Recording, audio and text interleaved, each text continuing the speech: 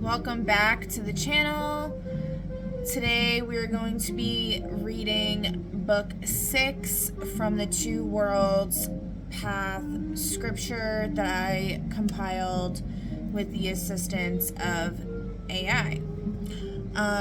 This chapter is called The Book of the Body's Map. And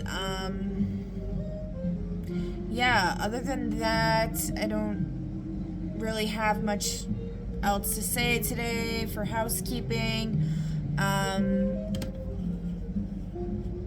Other than if you want to follow along, you can go on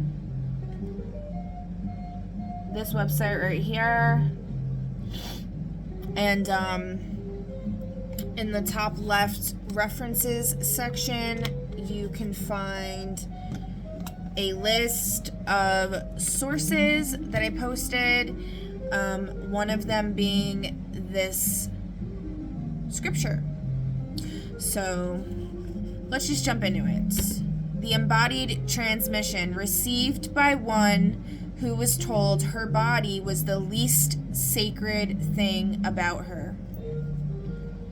The body is not the exile of the soul. It is the soul's most immediate scripture, written in sensation, intention, in the slow language of tissue. That does not lie That does not lie, though it speaks in a tongue we have not always learned to read.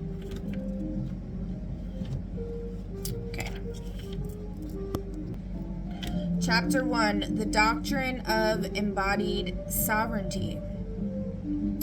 The body is Athon's gift. It is the instrument through which every gate is passed, every covenant is kept, every rite is performed, every truth is spoken. The body is not the walker's lesser self, not the part of the walker that the soul is temporarily imprisoned in, not the evidence of the soul's fall from a purely spiritual state. It is the deliberate, precise, irreplaceable means by which the soul walks through the world of form. To despise the body is to despise the means of one's own becoming. This is some important stuff right here. I am just almost constantly hearing people referring to the body as a flesh suit. I've even, I think, referred to the body as a flesh suit before. And, there's the whole seeing the glass half full thing, right? It's like all you're doing by saying that is disempowering yourself and everyone else that you could be helping. You need to learn how to adapt and how to gain from circumstances that seem less than beneficial.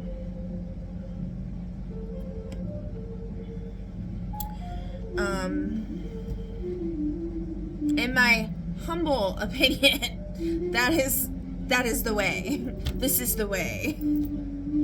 Okay. The body and the soul are not two things. They are one thing in two modes. The soul is the lunar substance of the walker. The body is the Athon expression of that same substance. Shaped by genetics and environment and the weight of the long journey into this particular form. When the body suffers, the soul participates in that suffering. When the soul passes a gate, the body bears the mark. In the easing of a chronic tension, in the clearing of a long-held pain, in the felt shift of something that was bound becoming free. The body is always listening to the soul's work. The soul is always listening to the body's reports. Embodied sovereignty is the walker's right and responsibility to inhabit their body fully, to be present in it, to listen to it, to honor what it communicates, and to refuse the cultural instructions that would have the walker stand outside the body and evaluate it from a distance. The body evaluated from a distance ceases to be an instrument and becomes an object.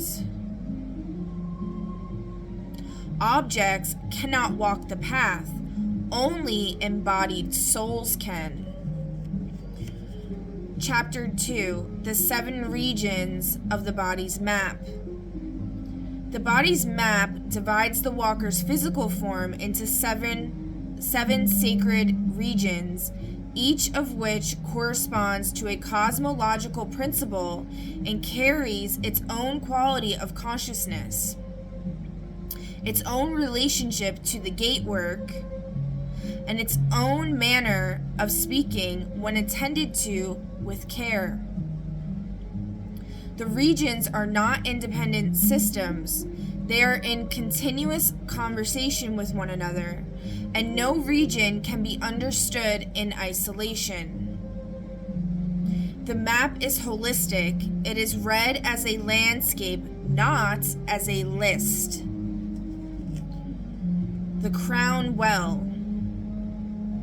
Located at the top of the head, extending slightly above the physical skull, is the walker's felt sense of their own body. The crown well is the threshold between Vollunar and Athone. It is the seat of reception, the place where revelation arrives, where Vollunar's knowing enters the walker's awareness without passing through the analytical mind's translation. The crown well is the region most active during the gate of silence and the gate of return. When it is open and unobstructed, the walker experiences a quality of spaciousness at the top of their awareness, a sense that the skull does not end where the head ends, that something above and within is breathing. When it is closed or burdened by excessive analytical pressure, by the weight of unresolved lunar longing that has become despair, the walker may experience a heaviness, a dullness, or a sensation of being sealed off from any source of knowing beyond their own thought. The song, this is kind of silly, but the song Locked Out of Heaven by Bruno Mars just came to my mind. Okay, that song's pretty fire though. Alright, the sight gate. Located at the brow and including the eyes and the full field of perception, the sight gate is the organ of true discernment. Not merely physical sight, but the soul's capacity to perceive what is real as distinct from what is story, projection, or fear. The clear sight seal of Gate 1 lives in the sight gate. When this region is active and integrated, the walker sees situations, people, and their own motivations with a clarity that is neither cold nor naive. When the sight gate is strained by the effort of maintaining illusions, by the trauma of having seen things that were not integrated, by the ongoing pressure of willful blindness, the walker may experience headaches, visual fatigue, difficulty making eye contact, or a literal narrowing of peripheral awareness. So something that just came to my mind was something like seeing things that were not integrated.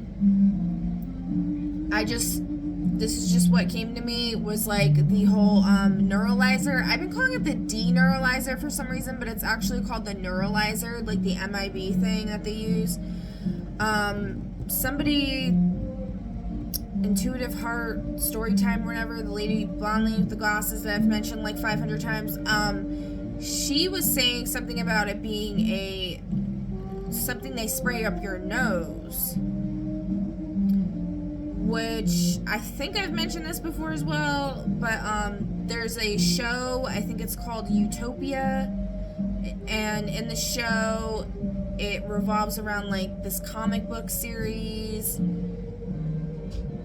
that's actually like a real story, and then this like group of people like figure out that all of these people in power are using like pharmaceuticals and stuff to poison people, to give them like severe illnesses. One of the things is one of those nose spray things, so that just came to my mind. But anyways, that could be a thing where, you know, you witness something and then they do that to you, and then it causes like a rift in your inner sight, in your vision. So like if you have, you know, all of a sudden out of nowhere your vision gets all messed up, and you know you're not trying, like you're not maintaining illusions, like you are doing your best to live truthfully and honestly, but all of a sudden your vision starts getting blurry and you're like, your sight just feels like it's being attacked. It could be, you know, baneful magic as well, but logistically it could be these MIB characters had neuralized you. Anyways, okay, just something to think about. The voice river. Oh, one more thing though, and also like if you all of a sudden you have like severe pain in your nose, it could also be because of that as well, if they did like the nose thing. I'm not really sure. Obviously, I don't remember like ever seeing these people. You know what I mean? Like how would I? But so like I don't know if they do the eye thing or the nose thing, or maybe they just do both, or either or, whatever. But I just feel like it's hitting my intuitive, like my sacral response, that it's true. It's like I feel it, that it's true.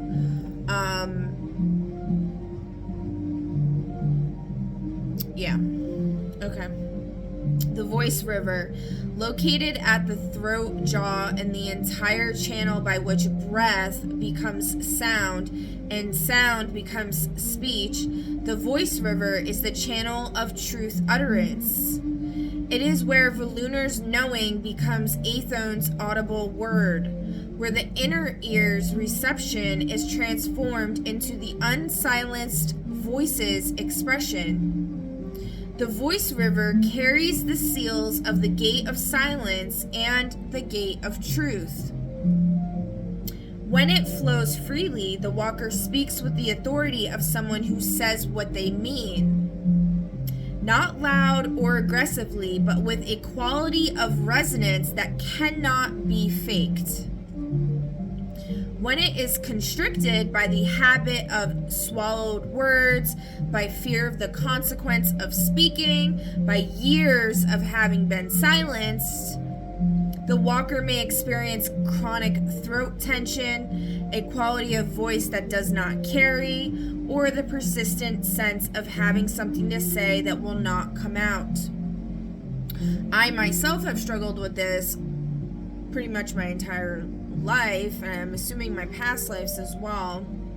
As a child, I used to have screaming fits, which, looking back at it now and analyzing what was going on and what I know about psychology and everything, it's like I wasn't being heard. I was ignored pretty much all the time. So I would have these screaming fits, I would lose my voice, and then they would give me some kind of pill, and then my voice would come back. It was very strange. But anyways, you know, so I've been dealing with this, like, my whole life. Like, people, you know, and I know I've said this before many times, but I'm gonna say it again. You know, with people telling me to shut up, that my voice is annoying, and yada, yada, yada. Although, shout out to my cousin Stefan. He's, like, the only person that's ever said that he loves my laugh. He's like, Tara, don't ever lose your laugh, or don't ever let anybody like sway you from changing your laugh. Your laugh is perfect, because I have like a really goofy laugh when I'm like cackling or whatever. But anyways, so I've been struggling with this my whole life, and then today I went into the forest, and by my favorite spot that I've posted a bunch of times with the little waterfalls and oasis, and I was sitting there in the falls, and I was trying to heal my throat, because my throat is like severely damaged. Like, this whole area here on my left side just hurts like horribly. You know, and I was just trying to ask, like, you know, for the nature spirits and stuff, if they could help me to release it. And I heard, like, the word spell work. So, like, there's definitely something there with that. And I know there's a lot of females that have the same problem. I remember hearing about this a while back, that at some retreats that a lot of people go to, the head person was saying how, like, they just have an insane amount of females that have throat problems that come through there, and it's because of them not being able to speak their truth, being suppressed, all this and that. But it's also like some Ursula type ish. Like, these stories come from like real things that they do. So, anyways,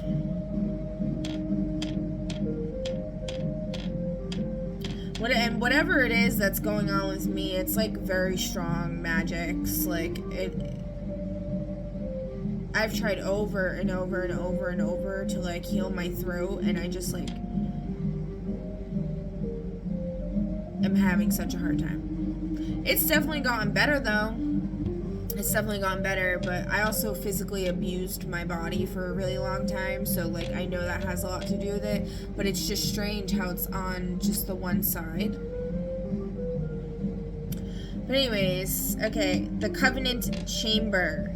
Located at the chest and the heart's physical space, extending through the upper back and the arms to the hands, the Covenant Chamber is the seat of bonded will, love, grief, and covenant.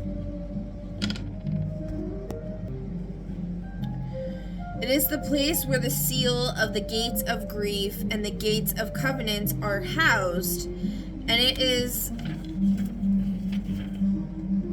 the region most directly affected by the walker's relational life. When the Covenant Chamber is open, when the walker has done their grief work, when their covenants are freely made and genuinely honored, the chest has a quality of warmth and The chest has a quality of warmth and expansiveness that others feel as the walker's presence in a room. When it is closed by ungrieved loss, by betrayed covenant, by love that was not safe to fully inhabit, the chest may be held tight, the breathing shallow, the arms kept close to the body as a protective posture that has outlasted its necessity. The fire hearth. Located at the solar plexus and gut, the fire hearth is the seat of sovereign will, of courage, and of the body's primary compass for danger and rightness. This region holds the discernment that operates below the level of language, the gut knowing that something is wrong before the mind can articulate why, and the gut knowing that something is right before the evidence supports it. The steady crown seal of the gate of power lives in the fire hearth, as does the holy wanting seal of the gate. As does the holy wanting seal of the gate of desire, for authentic desire is felt most immediately here before it is named anywhere else. When the fire hearth is strong, the walker stands in their center of gravity without effort, physically, and in their sense stands in their center of gravity without effort physically and in their sense of self. When it is weakened by chronic violation of the walker's own knowing, by a history of being overridden or overriding oneself, the walker may experience literal gut distress, a difficulty making decisions, or a sense of being perpetually off balance. This is so interesting because, like, since I've been on this second awakening journey, my gut problems, like, went away. I mean, I changed my diet and everything, you know, but, like, my diet's still not perfect, you know, but, like, I was having severe, and I know I've mentioned this before, but I'm going to mention it again, because a lot of you might be going through the same thing. I was literally having the most horrendous digestive issues for, like, over 5 years straight. And, you know, like, I don't know how I'm alive. Honestly. It was so bad. And, you know, it's pretty much resolved itself. And as far as the balance thing, I find that really interesting because, like, my balance was horrible. And then, like, not this time that I went in the forest, but I think it was, like, the time before that. I went by myself. And I was able to move around freely because I didn't have to, like, guide my child through, like, my little child. And I was, like, able to, like, get a sense of my body and, like, what was going on. And, like, my balance was, like, so much better. I was able to, like, hop, you know, jump from thing to thing. And, like, it was, like, cool. Like, I was like, oh my god, like, my balance is so much better. And, like, emotionally, my balance is way better. Don't get me wrong, I'm still can be a moody bitch, but, like, it is nowhere near what I was, okay? Where it was like, meh, meh, meh. And that has a lot to do with what we talked about in the earlier books, where it was saying, like, it's important, like, the gate of silence, like, to sit with yourself, to get rid of all of the other noise and all of the other distractions and everything, and figure out what actually belongs to you.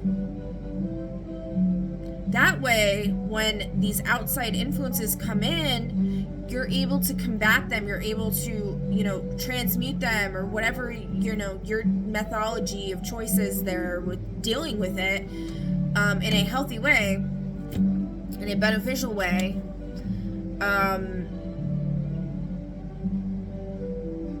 That way you're able to do that, because, like, otherwise, you know, it's like going into the heat of battle in the battlefield with no armor, with nothing. All right. The creative root. Located at the pelvis, lower abdomen, and the sexual and reproductive organs, the creative root is the seat of generation in all of its forms.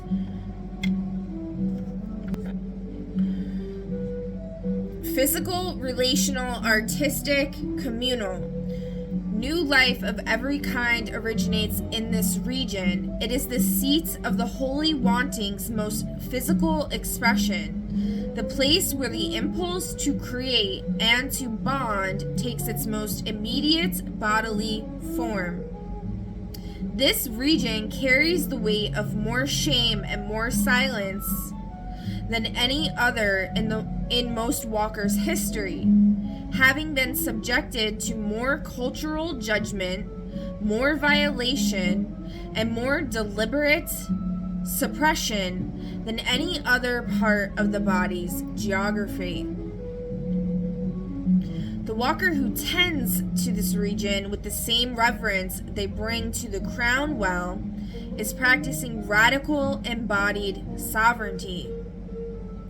When the creative root is in its full expression, the walker has access to a quality of generative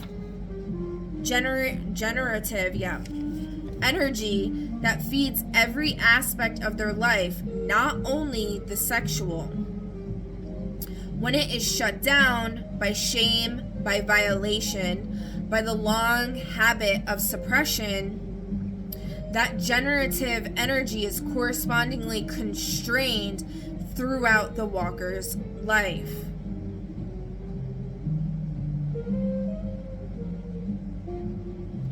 Yeah. That's why, again, it's so important to separate yourself from any type of attachments and cords and all of that, especially sexual, when relating to the root chakra, to this root center, the creative root. That way, you can gain control over this energetic center. It's extremely important. We are creator beings. It's extremely important. And the enemy knows that, and they love to use it against us. So, that's why I've been celibate. I've been practicing celibacy. Is it easy? Fucking hell no, it's not easy. I'm not even, doing anything, even to myself, it's not fucking easy. Especially not when you got people, throwing energy at you a lot, in that way. And, you have to battle it out and fight it off, and whatever way works for you. I've mentioned, I've used scissors. I've also called on the archangels to help me. I've also just sat there through it and just observed the sensations, and then as a wave or whatever coming in that doesn't belong to me, because there was nothing that would have caused that in me. It's not like I was looking at someone that I find myself to be sexually attracted to, or thinking about them or anything like that, and it would just happen, and it's not my own, and then you can also tell if it's your partner's energy or your own. But at the same time, it's if it's your partner, that stuff should only be reserved for in person, you know what I mean? Because that's where the fields can get distorted, because people can try to mimic the energetic signature of your partner, and then you could get attached to somebody else's mimicry. So it's important to have a clear distinction of all of that.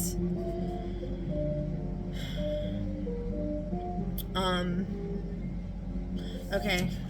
The earth anchor, located at the feet and legs, extending through the pelvis at its upper reach and grounding into whatever surface the walker stands upon, the earth anchor is the walker's contact with Athon. It is the commitment made physical, the decision to stay in the body. to be present in the world of form and to complete this sojourn in Athone rather than fleeing into disassociation, fantasy, or the premature seeking of the lunar before the learning here is complete. The earth anchor is activated by the gate of the body and is essential to all gate work that requires the walker to remain present to difficulty rather than escape it. When the earth anchor is strong, when the walker is genuinely and peacefully in their body and their life, there is a quality of groundedness that makes them a stabilizing presence for those around them. When it is weak, when the walker is chronically dissociated, living primarily in their head or in flight from the present moment, the feet and legs may feel unreal. The walker's presence in a room may feel slight or elusive, and the gate work may be consistently undermined by the inability to remain present to its demands.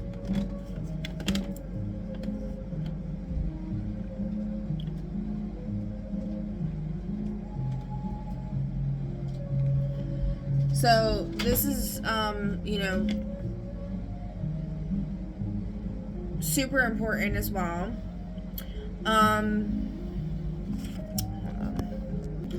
So like, one thing I found interesting that somebody was saying recently was that if you can't go outside the ground, you can actually just like put your hand or your feet in like water, and that can help you. You know, like if you can't take a bath or whatever, you can just get a basin and put your feet in water.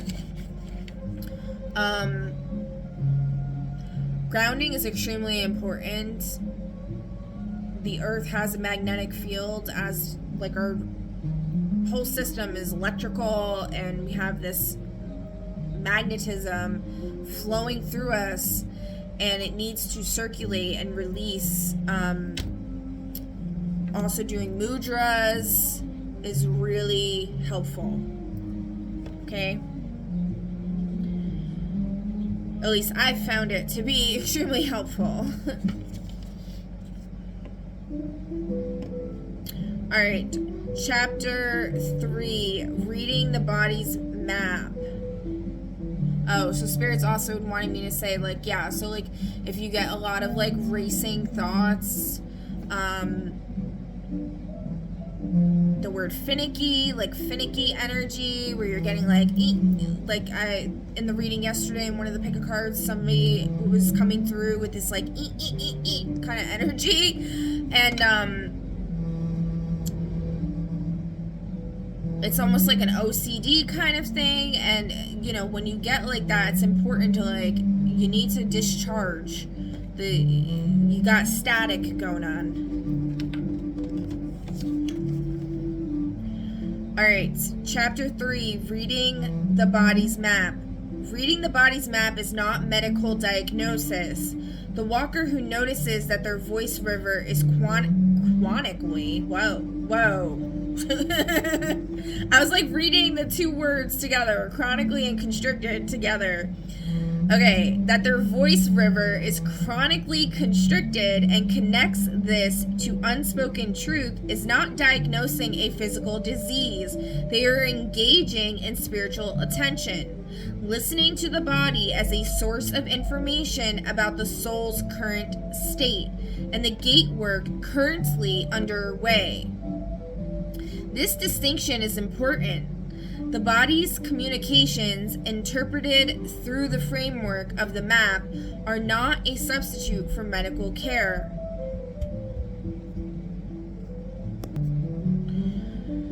They are an additional layer of intelligence about the walker's embodied experience.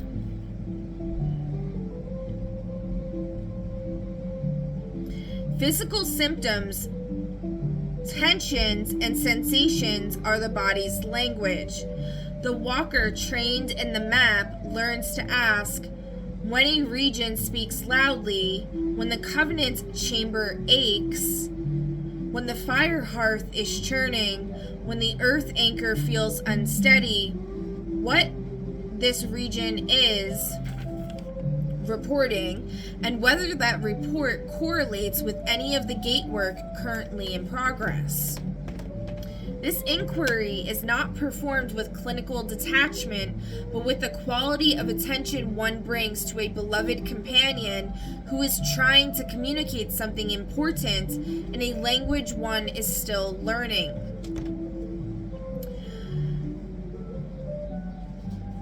The walker who has been through the body mapping practice and developed familiarity with their own map will begin to notice patterns. Which region speaks loudly before a particular gate opens? Which regions settle after a particular gate is passed? Which regions carry the history of Athon experiences that the mind has consigned to forgetting? This knowing is cumulative and deepens with practice. The senior walker reads their own map as fluently as a practiced musician reads a score, not laboring over each notation, but receiving the whole in a single breath.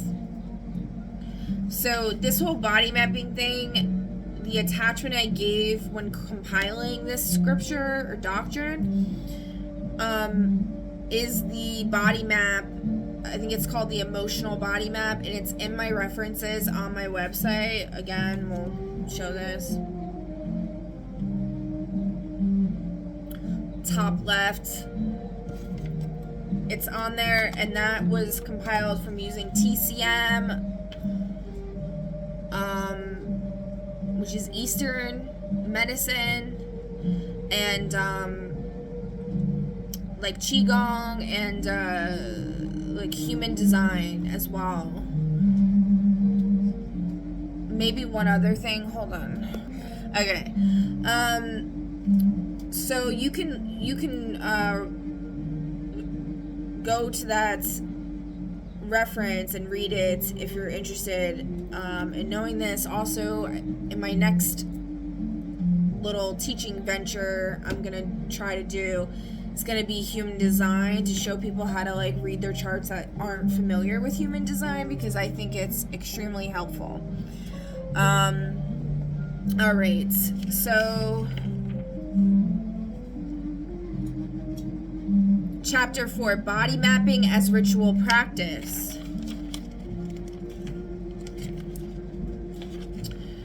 The body mapping ritual is a meditative practice performed individually and in community. The communal form is described in Book 7. The individual form is as follows. The walker finds a position of comfortable uprightness, seated or standing, in which the spine is long and the weight of the body is genuinely received by whatever supports it. 3 slow, conscious breaths are taken. Each exhale deliberately longer than the inhale. Each inhale reaching into the belly rather than the chest, and that's like Qigong, is you learn to breathe with your belly. And then once you become a master, you can breathe. You learn to breathe like through your skin. Beginning at the earth anchor,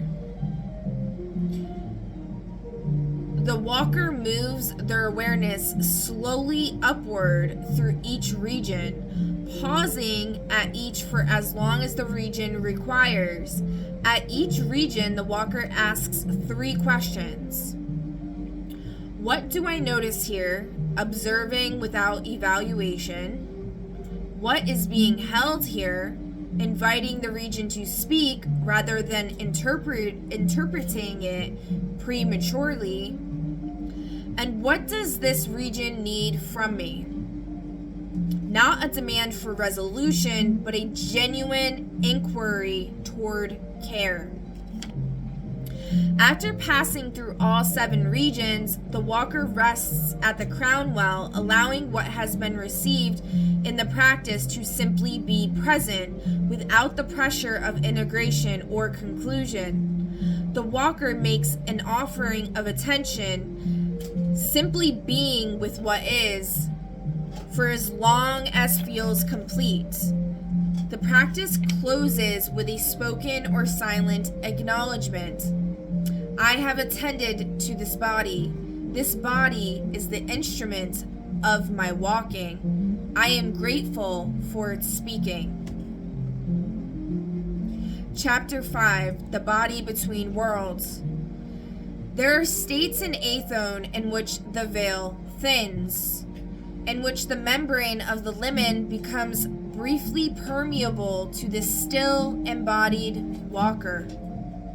These states include deep prayer, the acute phase of grief, the moment of a gate's opening, the arrival of genuine ecstasy, whether in sacred ceremony, in arts, in intimacy, or in the sudden recognition of transcendent beauty, and the hours of dying. The body's experience in these states is distinct from its ordinary experience and is worth doctrinal attention.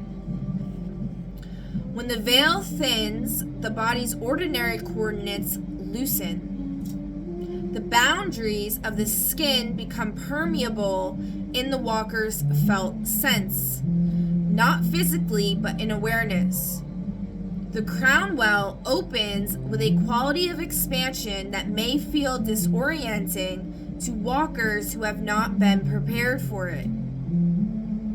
The covenant chamber may flood with an emotional intensity that exceeds anything the immediate circumstance seems to warrant. The earth anchor, if not deliberately attended to, may seem to dissolve, and the walker may feel themselves to be at risk of losing contact with Athon entirely. This is the importance of the earth anchor in gate work. It is the tether that keeps the walker present in form while they receive the lunar's knowing. Without it, the liminal experience is destabilizing rather than transformative.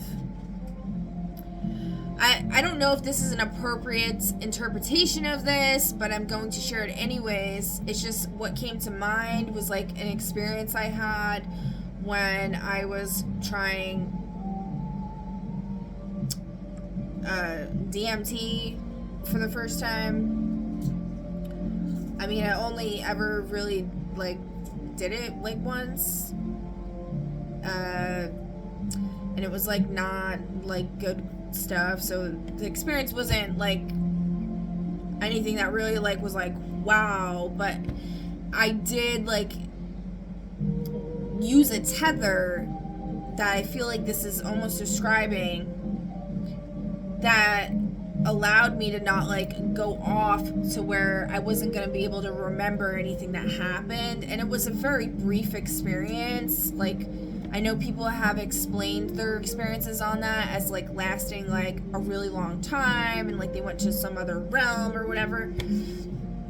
I basically just like saw things like the whole like the person I was in the room with like they looked like they were, this is irrelevant, but I'm just gonna share it because it's kind of interesting. They turned into like Legos, like it was like I went into like another, like if you've seen the movie Everything Everywhere All at Once, there's like different worlds of form where like in one world like people are made of hot dogs, or like their hands are made of hot dogs or something. So it was kind of like that, but it was like everything was made of Legos. And then this like Tibetan like drum circle that this person I was with was playing on my projector. Their faces was like spirals, like it was their regular face, but there was a spiral in the middle, I think, or maybe it was just their eyes. I think it was in their face. I don't know. It was really trippy. But anyways, I was wearing my mom's the sweater that she left behind, and it's like a hippie kind of sweater, and I put the hood on, and then it helped me to ground myself and like come back to earth, because I was like about to panic and like lose. I just felt like not okay. So yeah, so I think like that's important to, maybe you could use an object to help you in circumstances such as this, like a sacred object or something like that. The body, or even just identifying, like once you put your hood on, it makes you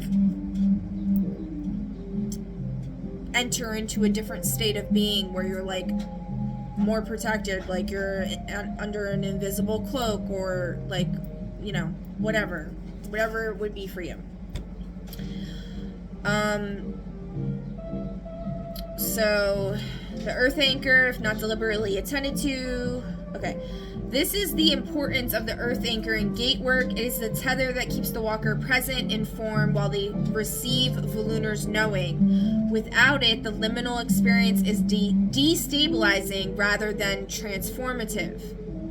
The body of a dying walker communicates in the language of the map with particular urgency and particular beauty in the hours before the limin crossing. Those who attend a dying walker with the awareness taught in this book will find that the body's regions speak clearly in those hours, releasing old tensions, becoming radiant in their expressions of the person's truest nature, drawing the attention of the attending community to what needs to be witnessed, named, and honored before the crossing is complete. The threshold rite of Book 7 is structured in part around this understanding. Chapter 6, Honoring the Bodies of Others. Every body in the community of the path is sacred geography belonging to the walker who inhabits it. The obligations of community members toward one another's bodies are simple and absolute. No touch without explicit consent. No judgment of any body's appearance or capability. No directive about what any body should do or be. And no comparison of any body to any standard, spiritual, aesthetic, or physical, other than the walker's own.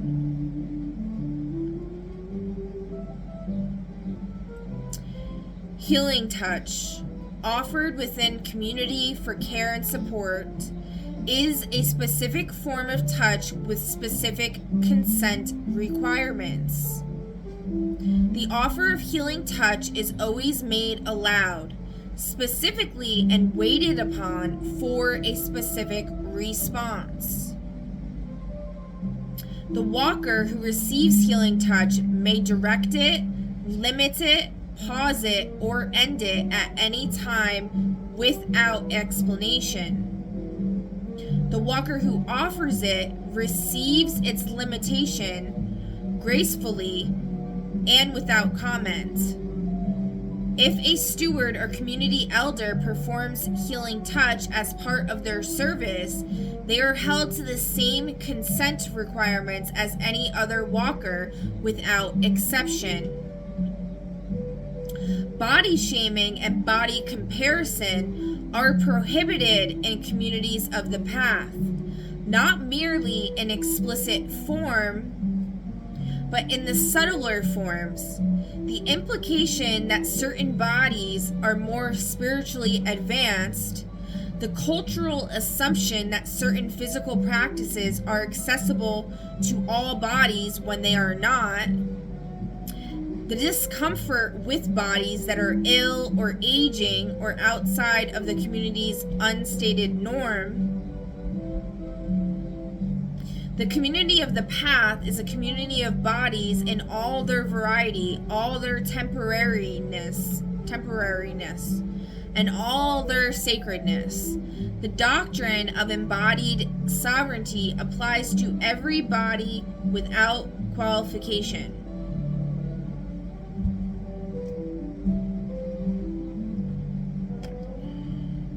So,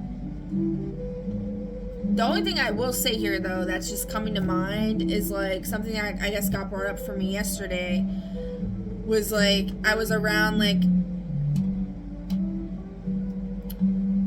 somebody at a store and they just, like, smelled really bad. Actually, that happens to me, like, every day. And, like, I feel like if you're around somebody... Basically, like, if you have to be around somebody a lot and they smell like shit, you have the right to say something, okay? Like, you need to do it tactfully and gracefully, and most likely you're gonna offend them or whatever, but, like, if you need... When it comes to, like, suffering to try to not step on someone's toes or judge them, that, to me, that's a big no for me, dog. You know, like, if I smell like ass and I'm making someone discomforted, I would want them to tell me. Preferably in private, not in front of, like, a group of people and embarrass me, you know what I mean? Like, that kind of thing. But yeah.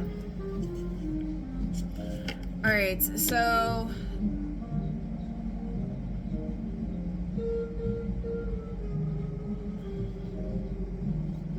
So the doctrine of embodied sovereignty applies to everybody without qualification. Alright, that's that. Alright, we're going to do a quick pick a card, and then we will be done here.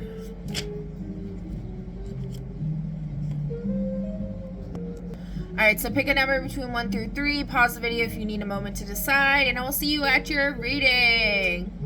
Alright, pile 1. Alright, let's see what comes out for you.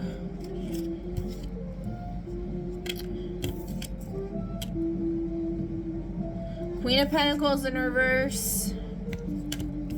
Death in reverse, but it was kind of like diagonal. It was on the fence. Anything else, spirits, for pile 1?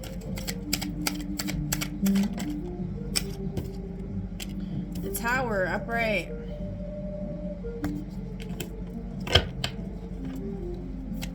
Anything else?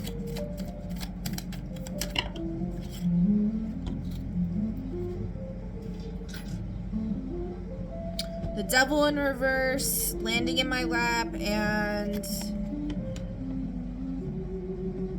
the Nine of Wands, also landing in my lap. This is giving Ghost Key energy, if you know what the Ghost Key is.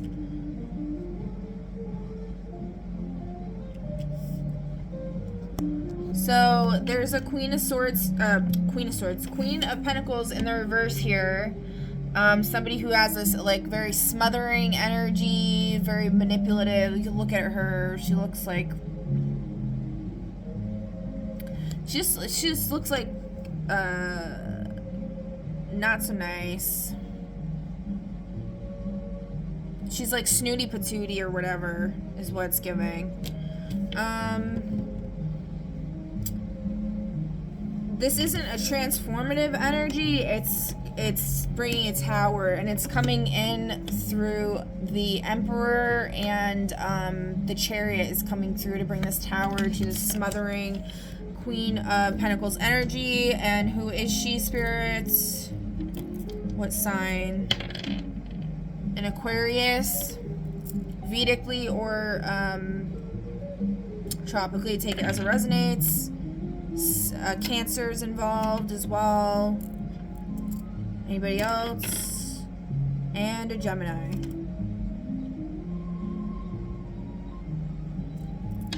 Who's the Emperor? A Libra. Alright, and then we got the Devil and the Nine of Wands. So there's something here about finding the way out by utilizing this Devil energy to find the way out. So kind of like know thy enemy or whatever, keep your enemies close and your friends, keep your friends close and your enemies closer. There's something there with this is the key. The Devil energy is the key to finding the way out. To get away from whoever this is.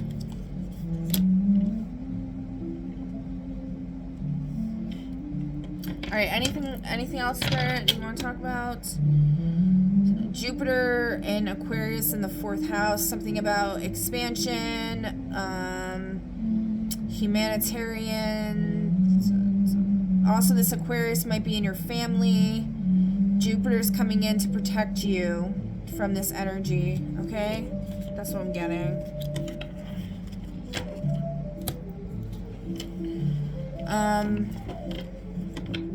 Yeah, this is reminding me of a dream that I had a while ago. I've shared it before. I'll share it again real quick. Is like I was getting chased by like this giant clown that was like the clown. He was like a giant though.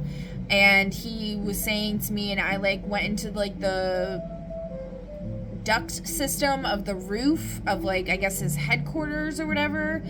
And where he keeps people in like Mall World or whatever. And he said to me, this is why I like you so much, because you think like me. So there's something there with utilizing that Devil energy to free oneself. Okay? Alright, that's the message I have for you, and I'll catch you in the next one. Bye! Alright, pile 2, welcome to your read. Let's see what's going on for you. Spirit, what do you want to say for pile number 2? Anything from the cards? Oh, okay. And this just wanted to flip out as well. There's going to be Spirit is saying there's going to be a death and a transformation, an ending to the illusions that there's going to be a death, to the illusions someone's been causing, to the illusion someone's been causing due to their jealousy,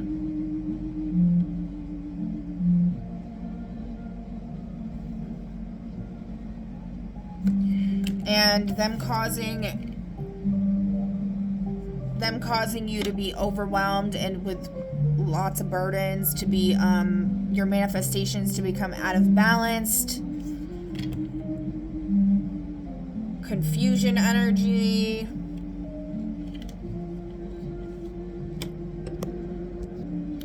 Who is this that's jealous here, spirits? A Leo, could be Vedically or tropically.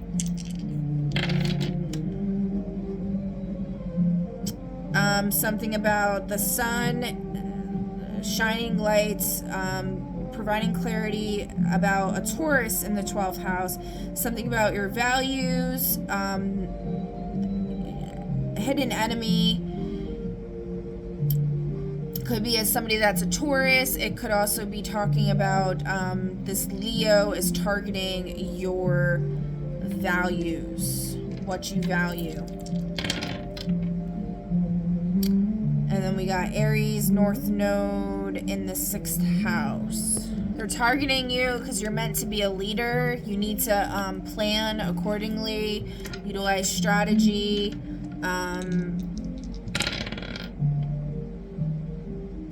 We also got Saturn in Cancer in the 8th house, putting a death to this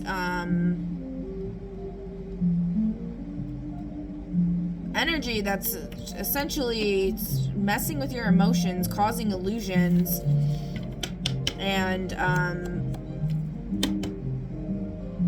you need to put a death to it, okay? All right, pile number 3, you got Spirit is saying you're going to have relief to someone causing disharmony to you involving your mental faculties. This person, who might be a Gemini, has been violating spiritual law, and they're going to be held accountable. You've got this Hierophant energy coming in, and they're going to protect your Two of Cups energy, bringing you harmony and providing relief here, okay? Also, there's an Aries, a Scorpio, and a Libra involved, okay? That's the message I have for you, and I will catch you all on the next one. Bye!